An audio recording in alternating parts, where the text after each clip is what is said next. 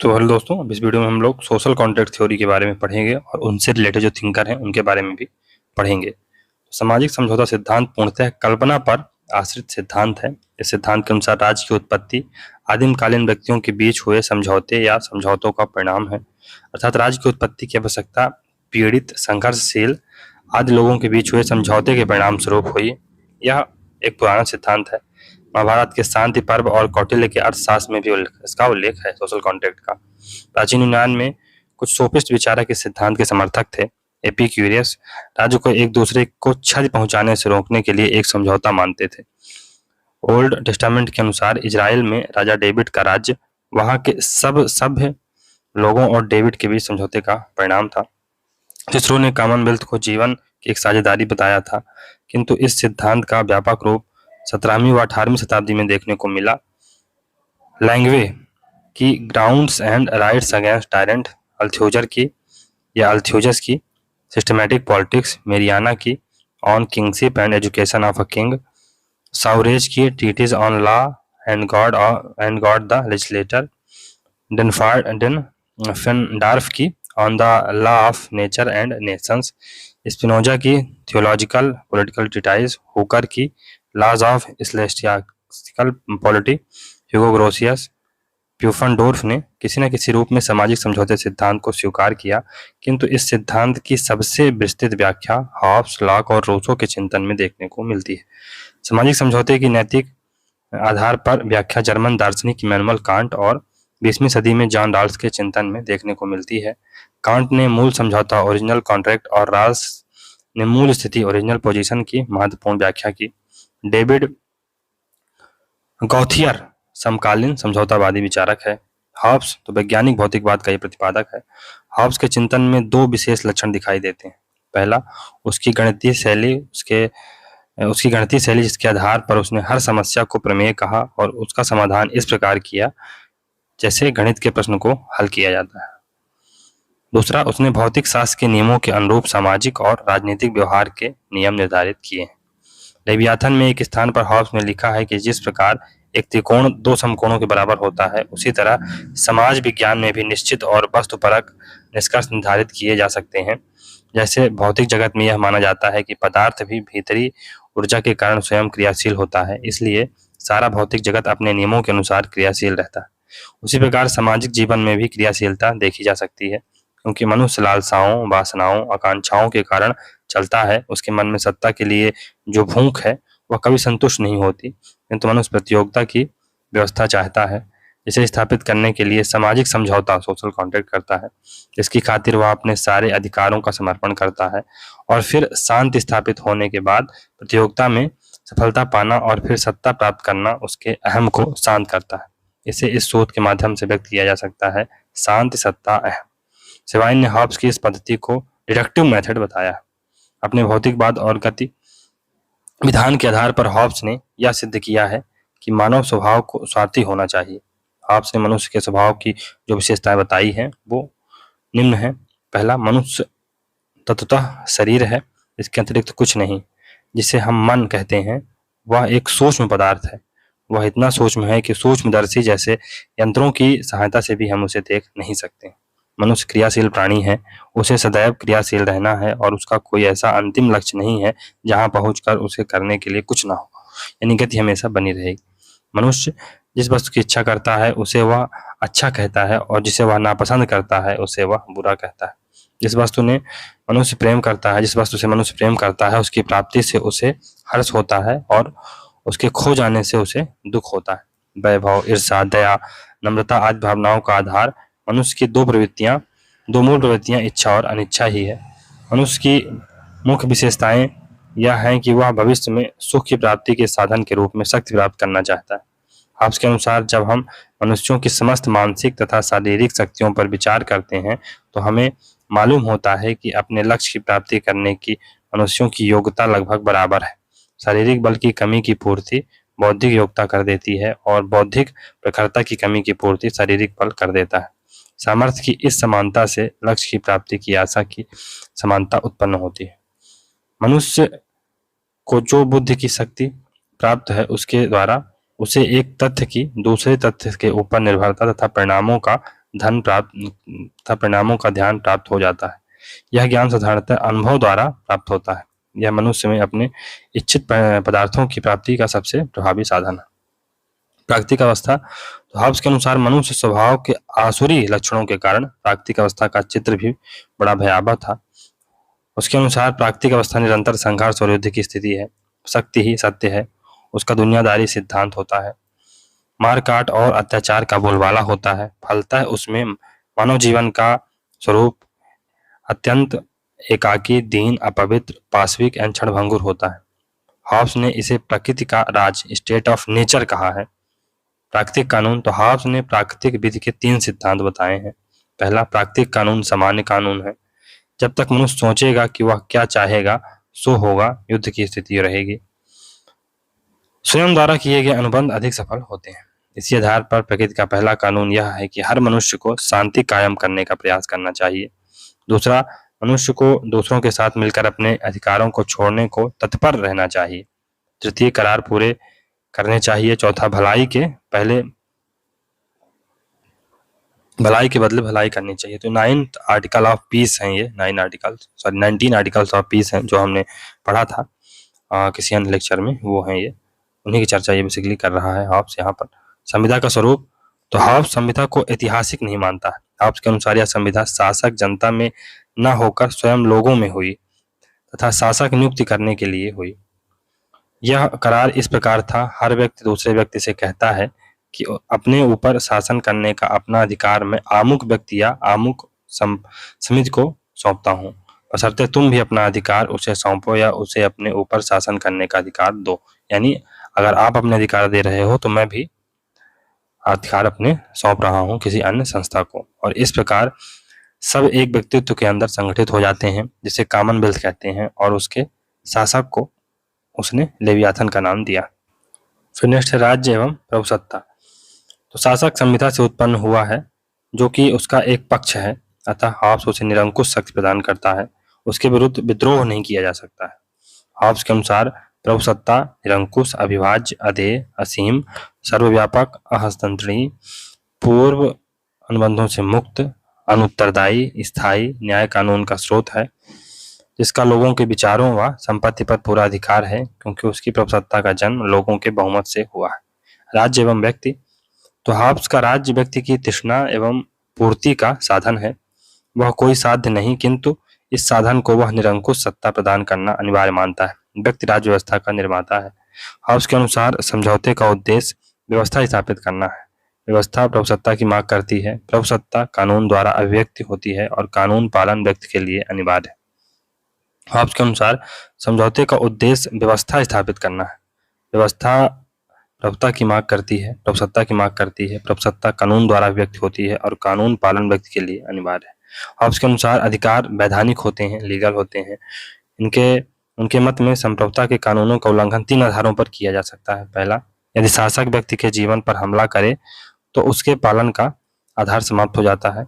कुछ हालातों में वह सैनिक कार्यवाही से इनकार कर सकता है, यदि शासक उसकी रक्षा करने में समर्थ हो। तो ये 3 कंडीशन है जब एक व्यक्ति जो कानून है स्टेट के, उनको मानने से मना कर सकता है। फिर जॉन लॉक, तो उसकी प्रमुख रचना है letters on toleration, essay concerning human understanding, the two charges on civil government. तो लॉक मानव स्वभाव के बारे में क्या बोलता है? मनुष्य विवेक एवं ईश्वर के बताए हुए न्याय का पुतला है। मनुष्य सहयोगी, सामाजिक, शांति प्रिय, नैतिक, प्रेम, दया के पोषक स्वभाव से अच्छा प्राणी है।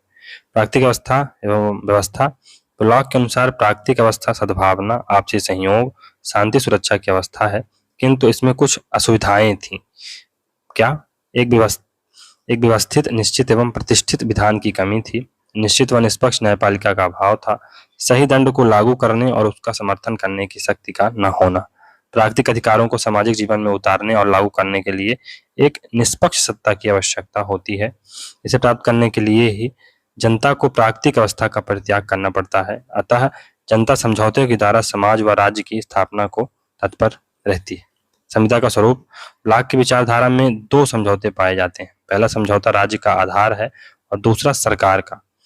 इसमें लॉक के अनुसार सरकार व राज्य को सारी शक्तियां नहीं सौंपी गई हैं, बल्कि अपने प्राकृतिक अधिकार अपने पास रखे गए हैं। अतः सरकार की शक्ति सहमति पर आधारित है और वह सीमित है। लॉक ने जीवन, स्वतंत्रता व संपत्ति के अधिकार को प्राकृतिक माना है। इनकी अवहेलना पर व्यक्ति राज्य के विरुद्ध विद्रोह कर सकता है। प्रभुसत्ता की प्रकृति। लॉक के अनुसार व्यक्ति की आत्म सुरक्षा तथा उसके साधन जीवन, स्वतंत्रता, संपत्ति की रक्षा के लिए राज्य का निर्माण हुआ है। उसके मत में कार्यकारिणी की शक्ति विधायिका के अधीन होनी चाहिए। व्यक्ति राज्य। तो लॉक व्यक्ति के अधिकारों को प्राकृतिक मानता है, राज्य प्रदत्त नहीं। इन अधिकारों की रक्षा ही राज्य के अस्तित्व का औचित्य है। हम लोग रूसो के बारे में पढ़ेंगे। तो रूसो मानव स्वभाव के बारे में क्या बोलता है? रूसो ने मनुष्य का चित्रण एक ऐसे तनावग्रस्त व्यक्ति के रूप में किया है जिसका तनाव रहित अतीत एक तनाव मुक्त भविष्य का निर्माण करने की प्रेरणा देता है। इस तनावग्रस्त व्यक्ति की दो वृत्तियां हैं, एक स्वार्थ, दूसरा परमार्थ। इस तनाव में से चेतना कंसंस का जन्म शुभ कर्म करना तो चाहती है, परंतु यह नहीं जानती कि शुभ कर्म क्या है। रूसो के अनुसार सभ्यता तथा विकास के साथ साथ मनुष्य की तनावग्रस्तता बढ़ती गई। इस प्रकार रूसो ने व्यक्ति के स्वभाव में हॉब्स लॉक दोनों में वर्णित स्वभावों का मिश्रण कर दिया है। प्राकृतिक अवस्था। तो प्राकृतिक अवस्था में रूसो के मत में व्यक्ति सामान्य रूप से सुखी, स्वावलंबी एवं संतुष्ट था, जिसे उसने नोबल सैवेज, उदात्त वंचर की संज्ञा दी है। किंतु सभ्यता के विकास एवं व्यक्तिगत संपत्ति से प्राकृतिक अवस्था की शांति भंग करके ऐसे सभ्य कहे जाने वाले समाज को जन्म दिया जिसमें मनुष्य की मानवता का दुश्मन, संपत्ति का भूखा एवं स्वार्थी घमंडी व्यक्ति जन्म हुआ। संविदा का स्वरूप। तो उपयुक्त प्राकृतिक अवस्था से छुटकारा पाने के दो सुझाव रूसो बताता है। पहला, वह आदिम व्यवस्था दोबारा लाए, यानी go back to the nature. दूसरा है नए आधार पर समझौता लाए, और शायद यही संभव है। समझौता व्यक्तियों के मध्य हुआ है जिसमें सत्ता किसी व्यक्ति या व्यक्तियों के किसी समुदाय को नहीं सौंपी गई है, बल्कि यह समाज के तमाम लोगों की सामान्य इच्छा, जनरल बिल को सौंपी गई है। दूसरे शब्दों में प्रत्येक व्यक्ति ने अपनी स्वतंत्रता को सामूहिक स्वतंत्रता में बदल दिया। प्रभुसत्ता। तो इसे उसने सामान्य इच्छा की संज्ञा दी, जो कि हॉब्स की प्रभुसत्ता की भांति अविभाज्य, अदेय, असीमित, सर्वव्यापी आदि है। रूसो के अनुसार सरकार सामान्य इच्छा द्वारा नियुक्त जनहित का साधन है। राज्य और व्यक्ति। तो रूसो के राज्य में सामान्य इच्छा को महत्ता दी गई है, जिसमें व्यक्तिगत इच्छा को तुच्छ माना गया है। सामाजिक समझौता, सोशल कॉन्ट्रैक्ट रूसो की प्रमुख रचना है। तो नेक्स्ट दोस्तों, विकासवादी सिद्धांत, स्टेट से रिलेटेड विकासवादी सिद्धांत है ये। तो गार्नर के अनुसार राज्य ना तो ईश्वर की सृष्टि है, ना ही यह उच्च कोटि के शारीरिक बल का परिणाम है, ना किसी प्रस्ताव या समझौते का निर्माण है, और ना परिवार का ही विस्तृत रूप है। राज्य केवल कोई कृत्रिम यांत्रिक निर्माण ही भी नहीं है, यह तो ऐतिहासिक या क्रमिक विकास का परिणाम या संगठन है। तो राज्य की उत्पत्ति के संबंध में अभी तक जितने दृष्टिकोण दिए गए हैं वो कल्पना पर आधारित सिद्धांत हैं। 1849 में चार्ल्स डार्विन की पुस्तक ओरिजिन ऑफ स्पीशीज में अनेक तथ्यों और प्रमाणों के आधार पर इस सृष्टि के जैविक विकास, बायोलॉजिकल इवोल्यूशन का सिद्धांत प्रतिपादित किया गया। प्रोफेसर मैक्सी के अनुसार डार्विन के विकासवादी सिद्धांत का प्रभाव शीघ्र राजनीतिक दर्शन के क्षेत्र में भी अनुभव किया गया। अब यह माना जाने लगा कि राज्य का ऐतिहासिक विकास हुआ है, और इसी क्रम में राज्य की उत्पत्ति का एक ऐतिहासिक सिद्धांत या विकासवादी सिद्धांत हमारे सामने आया। इस सिद्धांत का तात्पर्य बताते हुए बर्गेस ने लिखा कि राज्य इतिहास का निर्माण है। इसका तात्पर्य यह है कि मानव समाज के क्रमिक व निरंतर विकास का परिणाम है, जो बहुत ही निकृष्ट कोटि की अपूर्णता से प्रारंभ होकर भद्दे लेकिन सतत उन्नतशील अभिव्यक्ति के रूप में होता हुआ मनुष्य के पूर्ण और सार्वभौमिक संगठन की ओर बढ़ रहा है। समनर एवं कैजर ने ठीक ही लिखा है। यह कहना कि राज्य किस प्रकार सबसे पहले दिखाई दिया, उसी प्रकार असंभव है जिस प्रकार यह कहना कि कब नैतिक नियम कानून बने, या बच्चा कब युवा, कब एक पौध बना। यानी ये बताया नहीं जा सकता है कि राज्य कब अस्तित्व में आया या राज्य कब सबसे पहले दिखाई दिया। लिलाक के अनुसार राज्य का उद्गम एक क्रमिक विकास के आधार पर हुआ है। इसका इतिहास मानव जाति के ज्ञात तथा अज्ञात काल तक फैला हुआ है। राज्य के विकास में निम्नलिखित कारकों ने समय समय पर योग दिया है। इस बात पर लगभग सभी सहमत हैं।